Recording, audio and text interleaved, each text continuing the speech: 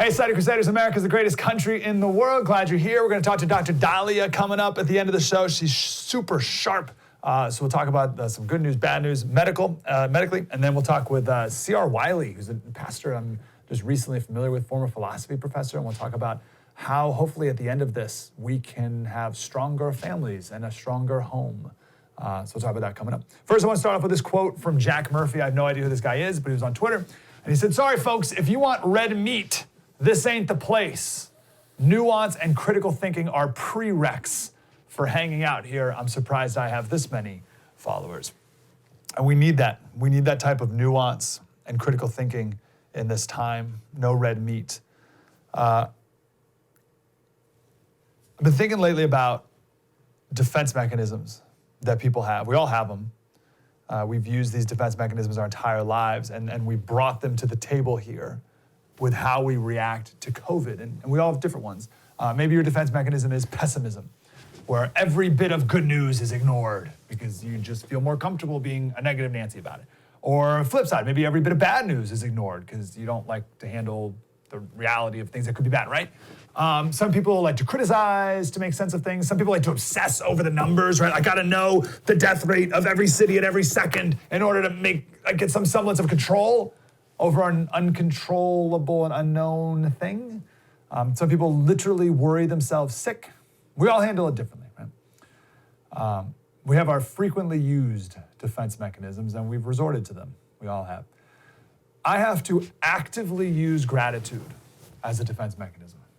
It used to be more natural, I think. I don't know, but I gotta think about it now and do it. But I think it's better. I think it's because it's true. It's good to be grateful. So in the midst of this uncertainty, I've done my best to try to be grateful for things. And I just got 3 points here that I want to share as we start off the day. First of all, I'm grateful that this thing isn't way worse for everyone. All right, I think we started off, we're saying 80% of people have no symptoms. Maybe it's like 40% of people have no symptoms. But either way, this thing's not the plague, right? And that's good, right? The plague, like you get it, you know you got it, and you die a couple of days later.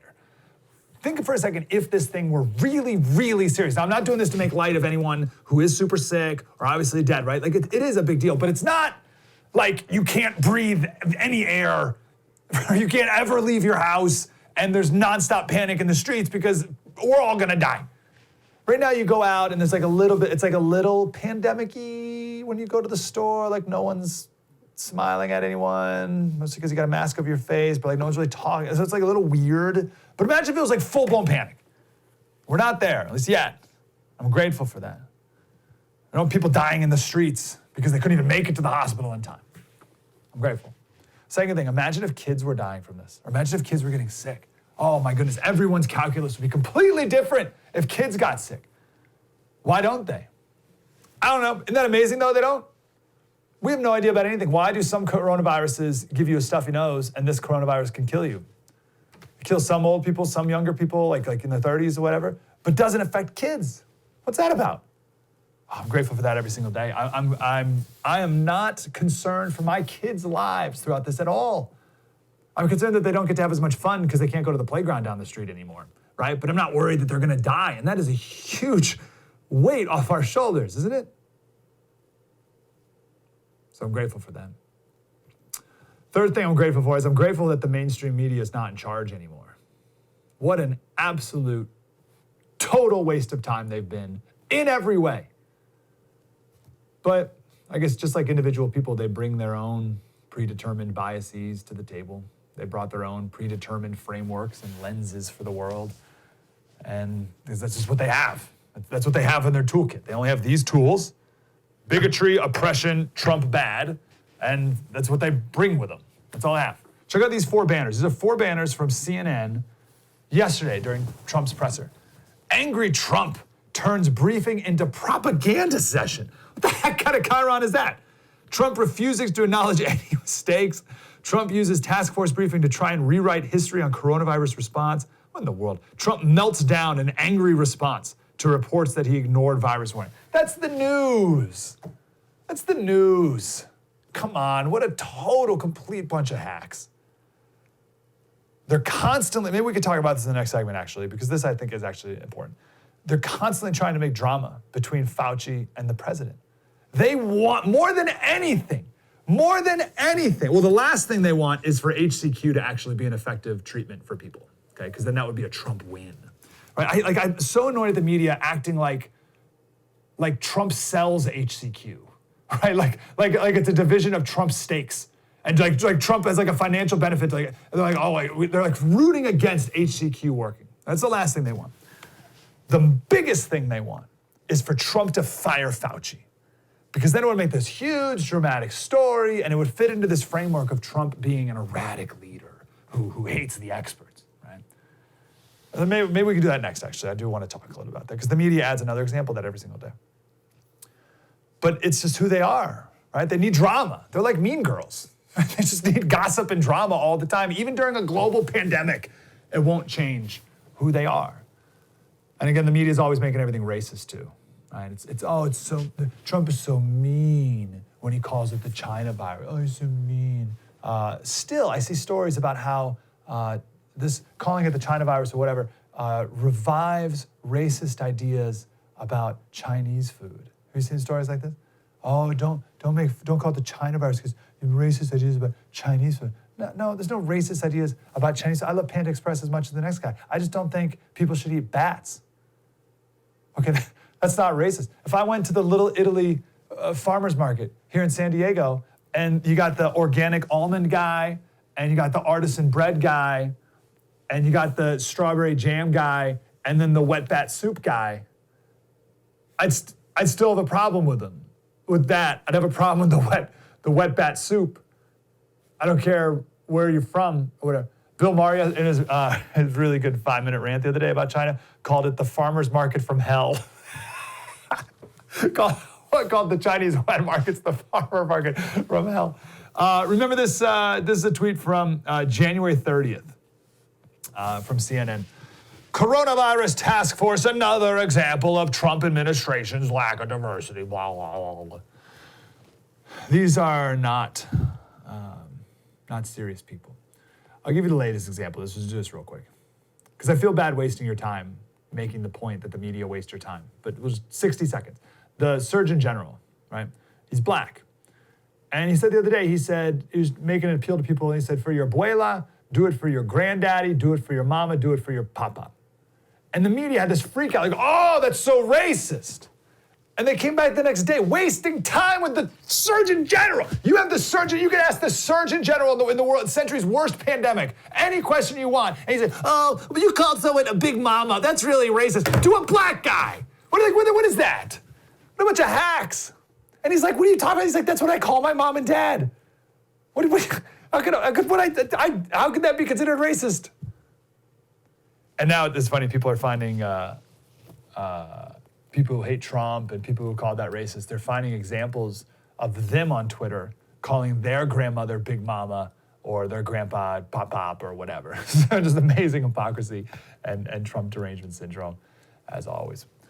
Listen, no surprise, as it says in Proverbs, 2 Peter 2, and Rudyard Kipling wrote, the dog returns to his vomit and the sow returns to her filth. I think Kipling calls it mire. But anyway, the dog returns to his vomit. It's just what the media does. So why am I grateful about that? Well, I'm grateful that the media has proven themselves unreliable for all these years leading up to this. So that way we don't need to be deceived anymore. We don't need to have our time wasted by them because this is too important for their usual nonsense. So it just seems like if the media did a good job always, and then just now started acting like a bunch of hacks, then we wouldn't have had time to readjust, to be like, whoa, wait a second. Like, right? We would have been deceived. But there's no entity in American life that's trusted less than the mainstream media for good reason. And that's been a long time coming, and I'm grateful for that because the charade's over, the jig is up. And we have an alternative now, right? There's a lot of other places you can get the truth. And that's why I'm grateful for places like The First, right here, and I'm grateful that you're here as well, because we have options now, and that stuff, total waste of time. We gotta take a break. I wanna talk about how the press has treated Fauci lately. It's unforgivable, but it's important we know their tricks. We'll do that next. True story, Mike Slater. Spread the word.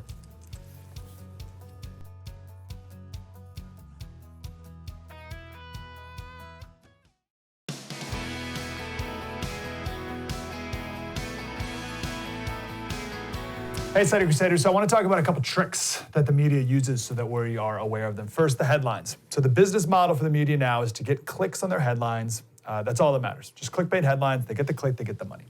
So it's really hard to do this, but do not make any judgment about any headline you ever see, ever. Because all they try to do, these reporters, they just try to get something to make the headline, right?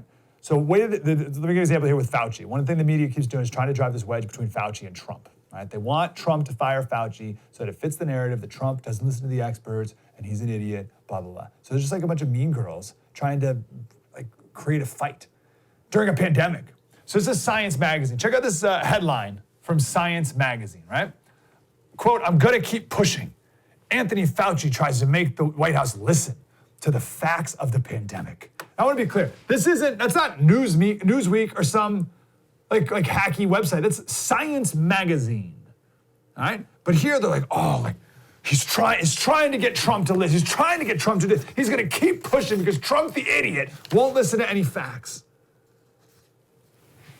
So you read the article, and you read the interview, and here's that quote. Here's where that quote came up. They're talking about social distancing. And Fauci says the situation on stage during the press briefings is more problematic. He says the vice president, does a really good job during meetings keeping the size of the room down. But he says, on stage during the press briefings, it's a bit of a problem. I keep saying, hey, is there any way we can do a virtual press conference? But no, but when you're dealing with the White House, sometimes you got to say things 1, 2, 3, 4 times, and then it happens. So, I'll keep pushing. I'll keep on Trump or Fauci pushing Trump to do the right thing. And Trump doesn't listen. What an idiot. But Fauci, he's the hero. He's going to keep pushing to get Trump to listen to the facts. That's not what it was like a total. He just said, I'll keep pushing about something completely different, like no drama there whatsoever.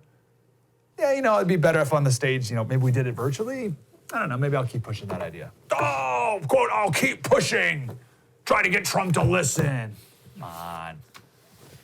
So this interviewer, he keeps goading Fauci. And Fauci finally says, he goes, I know, but what do you want me to do? He says, I mean, seriously, John, let's get real. What do you want me to do? And then he goes on, and Fauci says, I can't just jump in front of the microphone and push him down, okay? Amazing. There's one, by the way, it's at Science. Imagine you get to talk to Dr. Fauci, and these are the hack questions you ask him to try to get a headline clickbait. It's so stupid. It's such a shame. It's disappointing. It's a shame. Remember there was an example from Fauci touched his head or something, and the media freeze framed it to make it look like he was giving Trump a face palm. The worst. Let me give you another example here from the weekend. So the headline is CNN. Fauci admits that earlier COVID-19 mitigation efforts would have saved more American lives. They would have saved more American lives. If only Trump listened, he could have saved more American lives. So let's go to the actual conversation here. So Jake Tapper starts reading some numbers about South Korea and America and how we have more cases than South Korea. And here's what he said. Sanjay Gupta said this is all because we got started too late in the U.S. Is that right? Do you agree? It isn't as simple as that. It's not as simple. I love that. Do you agree? Do you agree that we didn't act soon enough? He's like, no. I mean, listen, it's not as simple as that. And he goes on, he answers the question. And you're thinking, well, the question was, did we act soon enough? And he's like, not as simple. So how do you get the headline? Because they wanted the headline, Fauci thinks we acted too late. They need that headline. They're trying to get that headline. And Fauci just put the kibosh. He's like, listen, no, it's not as simple as that. But they still got the headline. So how did they do it? Okay, let's play that last part again, and then he keep going and listen to how Jake Tapper, who I normally like, he can't stop trying to get Fauci to say what he wants him to say so they can write the headline here. To just say this is all happening because we got started too late. Obviously, if you look, could you have done something a little bit earlier? Would it have had an impact? Obviously, but where we are right now is the result of a number of factors. The size of the country, the heterogeneity of the country. I think it's a little bit unfair to compare us to South Korea, where they had an outbreak in Daegu and they had the capability of immediately, essentially, shutting it off completely in a way that we may not have been able to do in this country. So obviously, I would have been nice if we had a better head start, but I don't think you could say that we are where we are right now because of one factor. It's very complicated, Jake. Does that sound like Fauci admits earlier COVID mitigation efforts would have saved more American lives? Which really what they want to say is Fauci admits Trump didn't act soon enough. Because then Biden can come back and say, oh, Trump is not a good leader because he didn't do what he needed to do. Even though everything Trump did do, the media came back and said you're a racist for doing it. But, right. So so what happens is it's like a 3-minute clip. We didn't play the whole thing. But Tapper comes back again. And then Fauci's like, listen, Jake, yes, obviously, I've been saying this whole time that mitigation saves lives. So yes, if you did it earlier, then it would be better. And if we did it later, then it would be worse. Obviously, in this hypothetical you gave me, yes, it would, obviously, it would save lives, okay, Jake? And the CNN producers are like, check, got our headline. Now, that was this weekend. Yesterday at the press conference, Fauci got up and he said that. He's like, listen, yesterday I was asked this hypothetical. And I said, obviously, if we did this earlier, it would be better. But, and he goes on this whole thing. He says, the first time that I and Dr. Birx went to the White House and said we need to shut down for 15 days, the president did it. And the second time I went to the White House and said that 15 days isn't enough, we need 30 days, the president did it. All right, so Fauci comes up, he clears the record. He's like, obviously it would have been better if we did it earlier, you idiots. Also, every time I told the president my suggestion, he followed it. Every single time. Now, how does the media react to that? Because again, they're stuck in their ways. And they're stuck with the narrative. So no amount of facts will change the narrative. The narrative, Fauci hates Trump, Trump hates Fauci, they hate it, right? The whole Mean Girls, Regina George said this, blah, blah, blah, blah. And what's the best the media can come back with? Listen to this reporter after Fauci said all that. Do that. Are you doing this voluntarily or did No, the president? I'm doing it. Everything I do is voluntarily. Please, don't even imply that. Okay. Her question was, are you doing this voluntarily? Wow. Fauci comes back, he clears the record, says the president's done everything I suggested about shutting down the country by mitigation. And the question from the media follow-up is, are you doing this voluntarily? Like he's some sort of hostage. He says, yes. How dare you? Meanwhile, we don't have time to do it now because we got some awesome guests coming up, but we've played clips of the left saying that COVID was nothing. Actually, the president played a bunch of clips of the media saying that COVID was nothing to the media. It was awesome. We talked about the left and the WHO saying there's no evidence of human-to-human transmission. I think my favorite of the whole thing in the early phase of this would have been the mayor of, I think it was Florence, had Hug a Chinese Day. because people were being so mean to the Chinese because there was racism. So he had Hug a Chinese Day. What? Hug a Chinese Day. Like, imagine that. You're walking out, you're a Chinese. And you give him a hug because the mayor told me to. Listen, I don't want to waste any more time criticizing the media, getting dragged down to their level. Stop watching the mainstream press. Stop eating garbage. It's bad for you. It's bad for your heart. It's bad for your soul. It's bad for your brain. There's no point to it. You get nothing good out of it. These people, they get interviews with the top pandemic expert in America, and they ask him, oh, is Trump mean to you? You don't like Trump, do you? Ugh. People are the worst. Cut it out with them. So in that spirit, coming up next, we talked to CR Wiley, a pastor I just became familiar with, writer, former philosophy professor, talking about what habits we can break and what we can do to transform our homes for the better as we eventually get out of this. That's the kind of conversations we need more of. So let's do that. True Story, Mike Slater. It's coming up. Spread the word.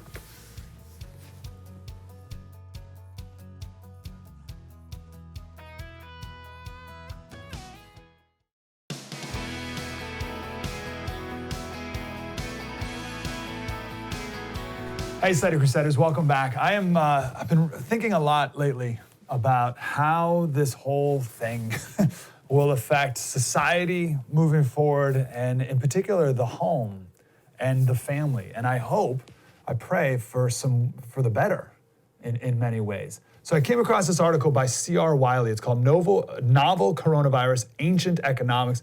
He's a former philosophy professor, a pastor. He's got a couple books, Man of the House, a handbook for building a shelter that will last in a world that's falling apart. That's super relevant. And also The Household and the War for the Cosmos, Recovering a Christian Vision for the Family. Pastor Wiley, how are you, sir?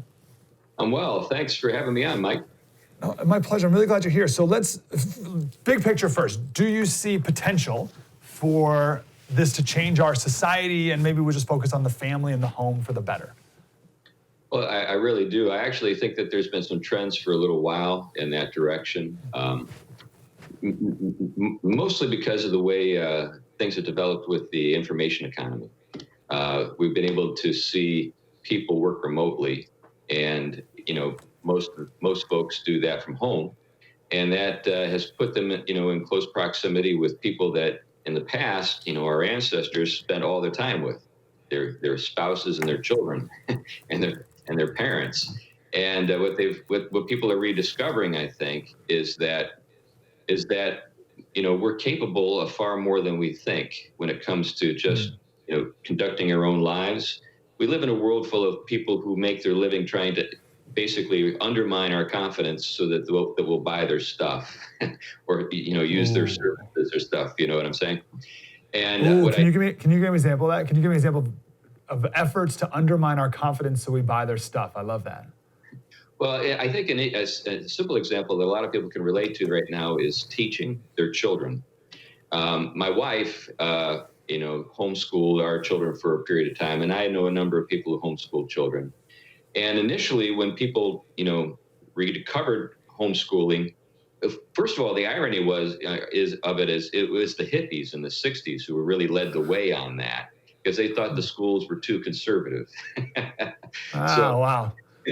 So like when I lived in Cambridge, there were two homeschooling groups. There was the conservative Christian group and then the wacky hippie group.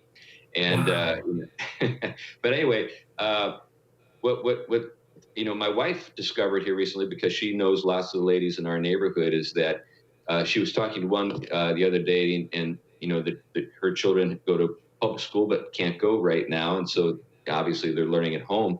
And this woman said to my wife, "I think my son is doing better, with me teaching him and being at home, and he's actually understanding material better." And what it's also demonstrated to her is I can do this. I can do a good job teaching my child. And obviously she needs curricula and that kind of stuff. But Sure. But in terms of the ongoing daily contact with her children, it's a net positive for her right now. Yeah, I love that. Can you talk about the word economics? This was a paradigm shifter for me. I love getting into the etymology of words, and this one, more than any, really changed the definition of it. So what does the word economics mean? Well, the word actually is a compound word in the Greek. Its origin is Greek, oikos nomos, which oikos is house, and nomos can be translated as law. So an economy is the law of the house. And in the ancient world, households were productive enterprises. Essentially, when a household formed, when a man and a woman came together and were bound in marriage, it was the beginning of an enterprise.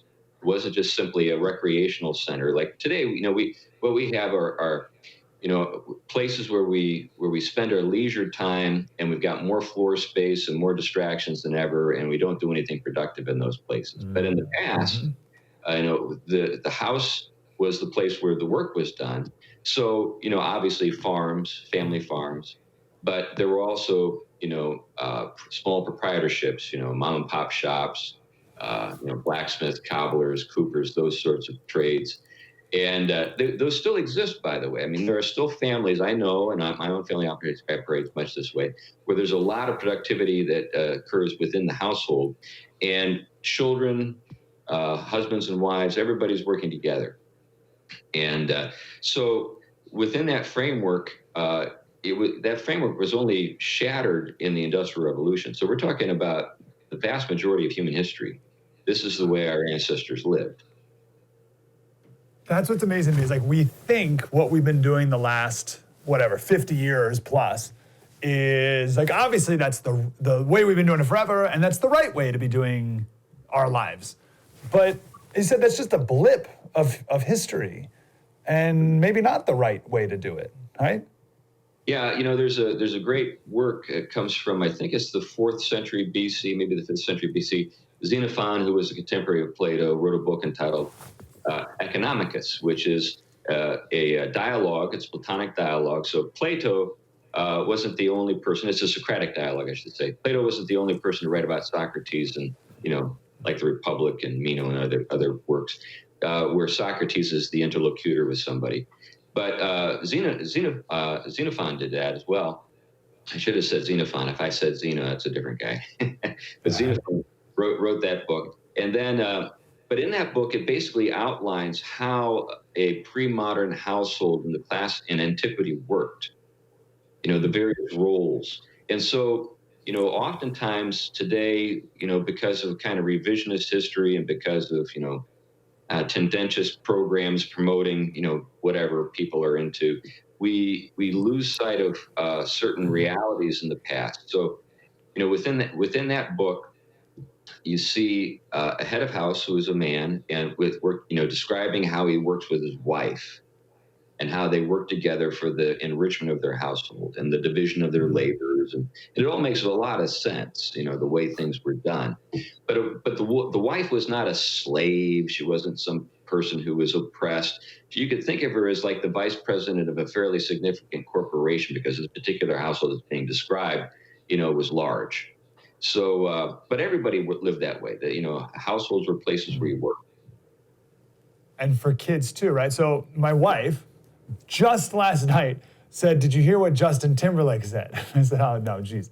So apparently Justin Timberlake, and I haven't heard it, so it's probably unfair to even say this, but I got the quote here, said it's 24-hour parenting is not human. So he's kind of like freaking out about quarantine. So you laugh. You're suggesting that perhaps having kids is, and being with them all the time is indeed a human thing to do. Well, I would question Justin Timberlake's humanity myself. Before this statement, I would even just question it. But I think what's missing in his, from where he's coming from, is he doesn't see how this is, sort of a very sort of intuitive and natural thing. There's a marvelous film that you're probably familiar with entitled Seven Samurai. And in that film, what you have is it's a story about a Japanese village that's being, harassed by bandits, and they go out and they hire some samurai to save their village. But kind of the subtext of the film is the households and how they operate. And at the very end of the film, when everything has been restored and everybody is sort of like, rejoicing and happy, the samurai feel a little bad because they see the joy that the inhabitants of this village are experiencing. But part of the joy is the work. And there's this beautiful scene where you have the men are beating out the time on the drums, the women are in the rice paddies, the children are running and fetching and bringing supplies. And there's this huge coordinated effort that is one in which everybody in every particular house, but even as the village works together, has a place. Everyone has a role. So I think one of the things that we kind of miss with the Industrial Revolution is, there's I think justifiably, a lot of horror at what was done to children when they were brought into the factories, into the mines, and so forth. But what's often missed, I don't think I've ever actually come across anybody who's brought this up. The reason why children went with, the reason why daughters went with their mothers into the weaving mills and why sons went with their fathers into the mines is because that's the way it always was. It wasn't like there were these nasty, robber barons who were whipping children into the factories. No, the mothers and the fathers took their children with them into those places because that's what you did, forever. That's the way life was. Yep. Wow, amazing. Let me ask you about habits. And habits you think, because I want to come out of this quarantine thing stronger and with a more united family and more focused on what really matters. And I want things to be different in my life. I want to reprioritize properly because it's been a hard break, right, from the world. I don't just want to go right back into it like nothing changed. So what are some habits that you would recommend we all reconsider moving forward to maybe get back to that place where we used to be? Yeah, I would say the first thing is take advantage of some of the technology that makes it possible to do things. Sometimes I'm accused of being a nostalgist or a Luddite or something, but that's actually not how I think. I think we're kind of coming through a phase of human history and coming out on the other side of it. And I'd like to hold on to the things that we kept with the Industrial Revolution. There are a lot of things that we can be grateful for, electricity, plumbing, these things. But I think that we need a sort of a commitment to household economics, which brings about a kind of creative approach to things, which gets us thinking, okay, in terms of the first option is not, who can we get to do things? The first option is how can we maybe do this together as a family? What are some ways that we can become more self-reliant in a good sense, not in a kind of a crazy, prepper sense, but just in ways that help us to work together as families and actually relocate as much as possible the productive efforts of our lives, so that families are working together, that husbands and wives are working alongside each other more, and children with parents. Yeah. Yeah, I like that a lot. Let me, last question here, and I hope we could talk again, Pastor. Can you bring in a little bit of the Man of the House book and a principle advice for men to lead in this time? Yeah, well, the title kind of tells the story. The book is basically a handbook intended for young men to help them think about their households in the way I just described. So it's not a like I jokingly said a minute ago, a prepper's handbook, although in a certain way it kind of is, because what it's proposing is that we think about, as from the perspective of men, fathers, husbands, and so forth, think about our houses in the way that our ancestors did. And if we get that mindset, then it really turns the household into something, that men feel like they need to get away from in order to be a man, to being a place where your masculine gifts, your masculine energies find their expression and fulfillment. Yes. So that's kind of what I'm up to. I'm reminded of a picture I saw. It was Roger Scruton's man cave, and it was books and globes and then a man cave today, and it's big screen TV with video games and all that. We got to get away from that. The home's got to be more. I love what you said in the beginning. The home's got to be more than a place of leisure. It's meant for more than that. Pastor, I hate we got to go. Can we talk again? Yeah, it'd be a lot of fun, Mike. I enjoyed it. Yeah, I'd like that. So the book again, Man of the House. So get that one, CR Wiley. And then Household in the War for the Cosmos. Get Man of the House first. Is that the order? Yeah, that's right. That's kind of like the handbook. Okay, we'll start there. And then the most recent article, Novel Coronavirus, Ancient Economics. Pastor CR Wiley, thank you, sir. Appreciate your time. Well, thank you for having me. I've enjoyed it. Have a great day. You too. Thank you, sir. Coming up next, we're talking with Dr. Dalia. We'll get the latest on the health aspects, the physical health aspects of all of this coronavirus next. True story, Mike Slater. Spread the word.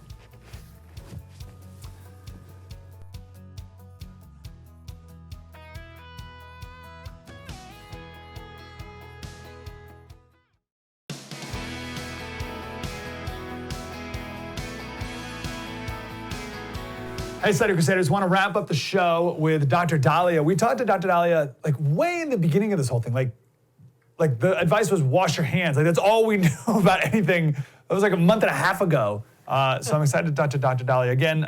Syndicated radio host, board certified family physician, been doing a lot of telemedicine, obviously, these last few weeks. Dr. Dalia, how are you? Good. Thanks for having me. Good to talk to you again. So let's talk now that we know, a little bit more. Still we know so little, but we know a little bit more since last we talked. So let's start with the bad news. What's the most concerning thing that you've been experiencing this last month and a half? Well, so the bad news is, it is still a deadly virus, and we are still having a lot of deaths from it. And we're being told that this is going to come back. We're going to get a resurgence in the fall, which is something we really don't want. And we still don't have a vaccine. We're hoping to get a vaccine at the end of the summer, early fall, but still we don't have one yet. And we're still kind of grappling with what medications we could use. This chloroquine study that had to be stopped, I'm not too concerned about that because hydroxychloroquine, the other medication we've been studying, is supposed to be the safer one anyway. So chloroquine has always had side effects. So I'm not surprised with that. But it would be nice to have a vaccine. It would be nice to have a medication regimen that we could all trust and to not have this come back next fall. And unfortunately, that's not where we're at. Let me slow down on the chloroquine part, just in case everyone will catch up. There was a study, I forget where it was, right? But they gave 2 different groups of people, one low dose chloroquine, one high dose, 600 milliliters. Let me know, like, if that's is that like a lot of, and they stopped it because they were having some heart arrhythmia, some of the patients there. So they stopped that. But again, so 2 questions. 600 milliliters, like, is that a lot? And then what's the difference between chloroquine and hydroxychloroquine, blah, blah, blah, all these different derivatives of chloroquine? It's a tongue twister. It's a tongue twister. Chloroquine was the old version. I believe chloroquine came out in the 1950s, and there were cardiac arrhythmias, and with the higher dosing, such as the 600 milligrams, you can have cardiac arrhythmias. Hydroxychloroquine was the safer version of it. In terms of the pharmacology, I don't exactly know all the differences between it, but we know the hydroxychloroquine started to surpass use over chloroquine because it was more safe. Okay, what does it do that zinc is then the necessary, we think, right? But a necessary aspect with it as well, do you know? Well, it's interesting because not only is hydroxychloroquine one of the medicines we could use, but also Zithromax. Zithromax that we use in Z-Pak. People have been telling their doctor that their Z-Pak helps their virus or their cold or their bronchitis for years, and I believed them. Antibiotics aren't supposed to help viruses, yet azithromycin is an antibiotic, and they found some effectiveness in terms of fighting coronavirus. So we wonder if maybe these medications, whether they're an antiparasite or an antibacterial or antimicrobial, it does something to the prevention of the replication of the virus or the ability of the virus to get onto the cell and cause infection, or it just causes a decreased inflammatory effect that doesn't cause us to make all that fluid in our lungs. So we don't exactly know why it works, but definitely we could repurpose a whole slew of medications we have now that we didn't think we could use for a virus that we maybe can with coronavirus. Wow. So are you encouraged by some of those potential treatments? I am. I am encouraged by them. Absolutely. Yeah. The media is not. No, of course not. Everybody politicized this, and it's, if Donald Trump said the sky was blue, they're going to say, no, the sky is red. And it's frustrating because in science and in medicine, we don't care about politics. This disease doesn't care if you're Republican, Democrat, liberal, conservative. It doesn't care. If it wants to infect you and kill you, it will. If it wants to just give you a little bit of a cough, it will. And so we need to be a lot more open-minded and understand that this hydroxychloroquine, azithromycin combo may work for some. Maybe it won't work for everybody, but if it works for some, we could save some lives with it. What are the difficulties of these trials? Like, what's the process that we have to understand? Because I'm pretty anxious and let's just do this. But it takes time and there's tons of different aspects to it. So what are the hurdles? Well, the hurdles are lawyers, and no offense, we need attorneys. Attorneys are fantastic. But if somebody takes a medication and gets hurt and there's a side effect and it wasn't properly vetted or it wasn't listed within the black box warnings or the FDA wasn't made aware of it, that medication and that company and all that money that they put into the drug is gone. And so we need to be extremely careful and test every possibility and get every reported side effect before we can allow that medication out on the market. And so it's liability. Yeah, unfortunately. Yeah. Do you have another aspect of encouraging news, or is that qualified as your encouraging news? Yes, so good news. We're finally testing. And once we have these antibody tests out, we could find that this virus might not be as deadly as everybody said. They said we'd lose 200,000 Americans, or this virus could kill people, I don't know, who are eating a lollipop in their sleep, whatever. Once we get these antibody tests, we can understand how many people actually had it. Many of us didn't have any symptoms, knock on wood. And then we see how the death rate was a lot lower than expected. Yeah. And these antibody tests are fantastic because it might even connote that some of us might be immune, have immunity. So I think we're making huge headway. Cases are going down. Hospitals have beds now. Hopefully the shutdown will end. but it's going to be a very stratified transitional shutdown. I don't think they're going to turn on the light switch and let everybody go back to work. I think they're going to have it very piecemeal and very, transitional. Yeah. Can I throw a wet blanket on that? And you can try to, what's all this stuff I've been hearing about? One study where 1/3 of the people who had it had such low antibody levels that they were barely detectable. And then out of South Korea, the number's now 91 people who had they had it, so they tested positive, then they had 2 negative tests, and then they had it again. Yes. Whether it reactivated or came again, like, what do you make sense of all that? Exactly. So we have a lot of viruses that will reactivate. Like, you know how you could get chickenpox as a kid and then shingles will come out as an adult? We think this is the type of virus that might reactivate.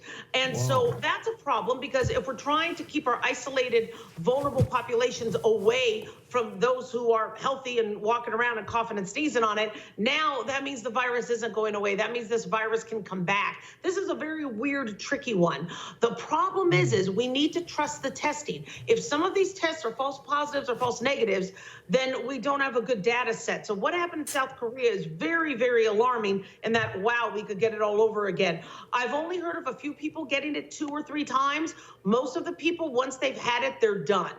But we don't so much worry about their symptoms. We worry if they could carry it and spew it and cough and sneeze it onto somebody else, even if they're feeling fine.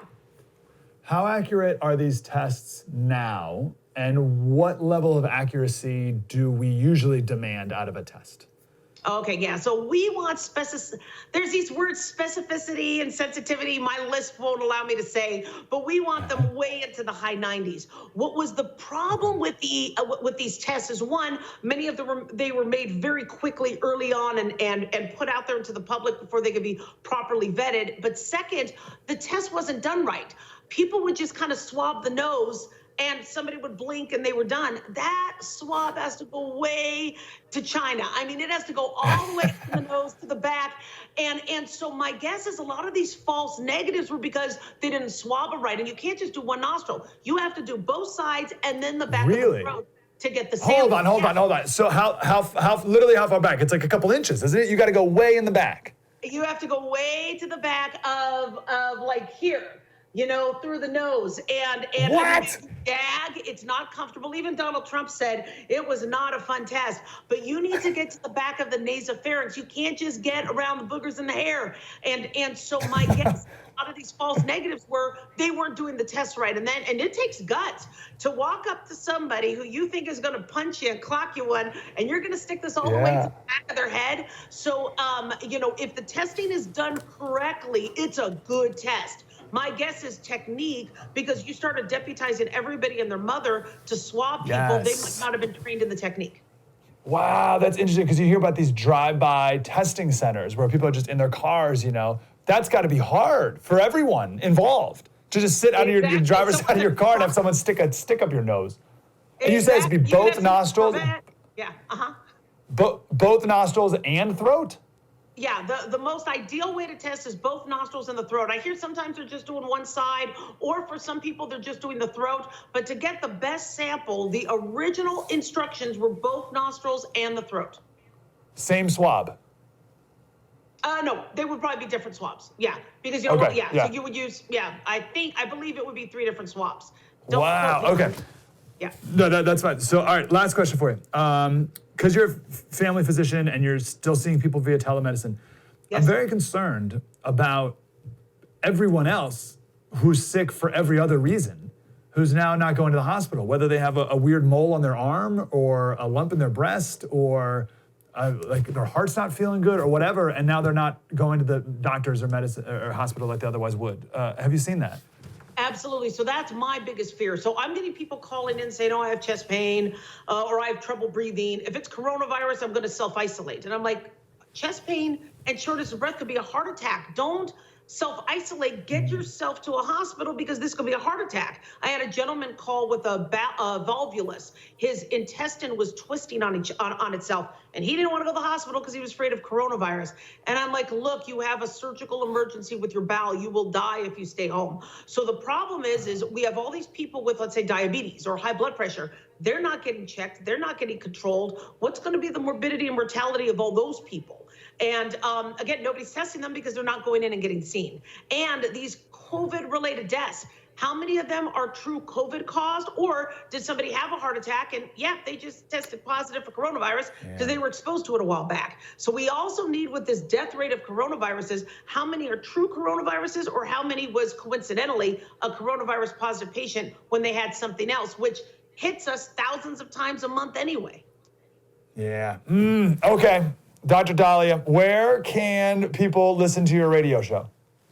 Doctor at GCN Live or iHeartRadio, and go to my website at drdalia.com. Okay, DRDALIAH. All right, wonderful. Dr. Dalia, you're one of my favorites. Thank you so much. Thank you. You take care. Be safe. Have a superb day. Great information. All right, Slater Crusaders. Thanks for being here today. Do it again tomorrow. Mike Slater Show. Spread the word.